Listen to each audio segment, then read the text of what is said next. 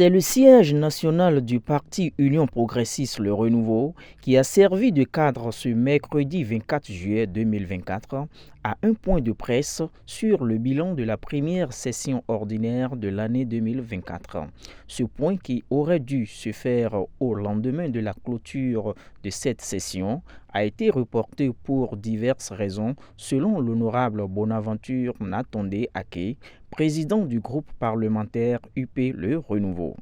Et c'est l'honorable régional Koumagbe Afide qui a été chargé de présenter ce bilan de la première session ordinaire de l'année 2024 aux hommes des médias. Au nom du groupe parlementaire d'Union progressiste Le Renouveau, je prends la parole pour vous souhaiter la bienvenue à ce point de presse visant à dresser le bilan de la première session ordinaire de cette année ouverte le 15 avril et clôturée le vendredi 12 juillet. Je tiens à remercier l'ensemble des députés, particulièrement ceux de l'Union progressiste Le Renouveau, de même que l'administration parlementaire pour leur engagement et leur travail acharné au cours de cette session. Cette première session ordinaire, faute de 24 séances plénières, a confirmé l'expertise législative de notre Parlement, notamment par le vote de la loi organique sur le Conseil économique et social, CES. Cette loi organique a institué la déconcentration du CES au niveau de nos 12 départements et a ainsi rapproché cette institution de nos populations. L'Union progressiste Le Renouveau, toujours soucieuse de l'amélioration des conditions de vie des populations, a joué pleinement et activement sa partition pour une meilleure prise en compte des légitimes aspirations de toutes les couches de la société béninoise dans les projets et programmes de réforme à caractère économique, social, culturel et technique de notre pays. En ce qui est de la production législative de cette première session, outre la loi organique, nous avons adopté plusieurs autres lois que sont la loi portant réglementation bancaire à République du Bénin, la loi portant définition et répression de l'usure à République du Bénin, la loi relative à l'activité d'affacturage en République du Bénin, la loi modifiant et complétant la loi numéro 2022-16 du 19 octobre 2022 portant création, organisation et fonctionnement de la Cour spéciale des affaires foncières, la loi relative à la Commission béninoise des droits de l'homme, la loi portant dispositions transitoires et dérogatoires aux dispositions organisant le plan de carrière des magistrats pour les nominations dans les juridictions du fonds, la loi portant sur l'urbanisme en République du Bénin, la loi portant création des ordres nationaux du Bénin, la loi portant code de l'aviation civile et commerciale en République du Bénin, et enfin la loi portant cadre juridique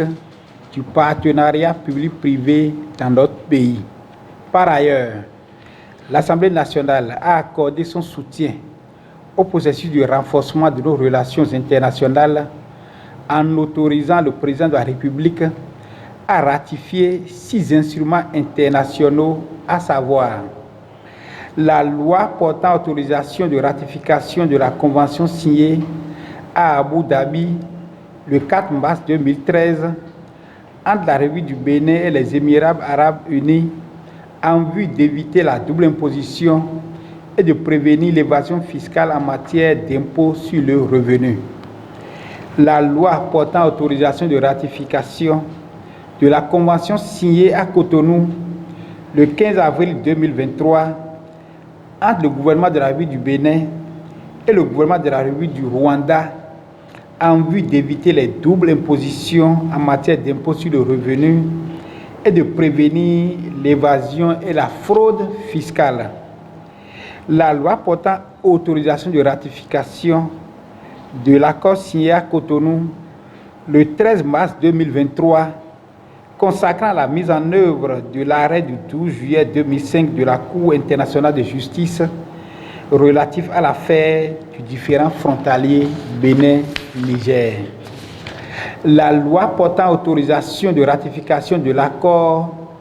de l'Organisation mondiale du commerce OMC sur les subventions à la pêche adoptée à Genève le 17 juin 2022. La loi portant autorisation de ratification de la Constitution de la Commission africaine de l'aviation civile signée le 16 décembre 2009 et de l'instrument d'amendement de l'article 10 de la dite Constitution. Et enfin, la loi portant autorisation de ratification de la Convention signée à Cotonou le 30 décembre 2014 portant statut du fleuve Mono et création de l'autorité du bassin du Mono. Dans le domaine du contrôle de l'action du gouvernement,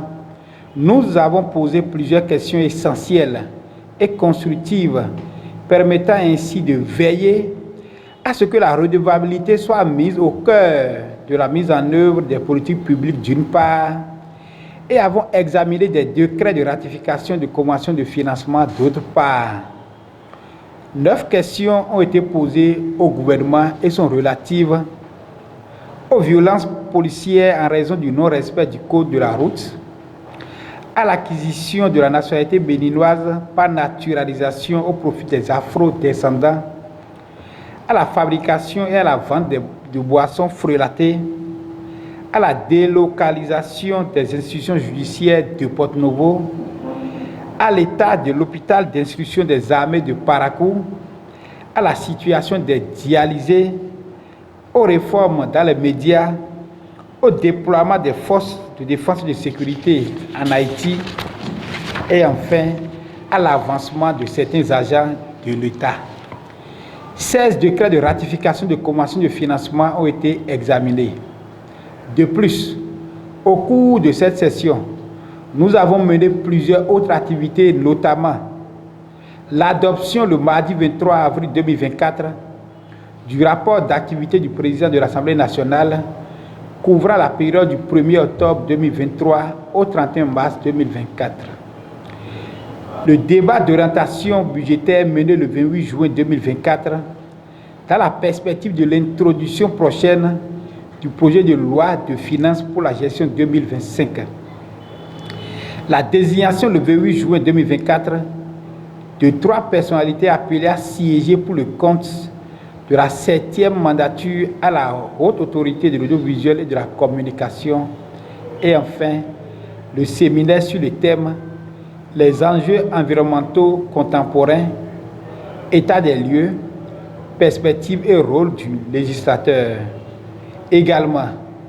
il a été organisé au profit des députés plusieurs séminaires, ateliers et autres missions. Je vous remercie de votre attention.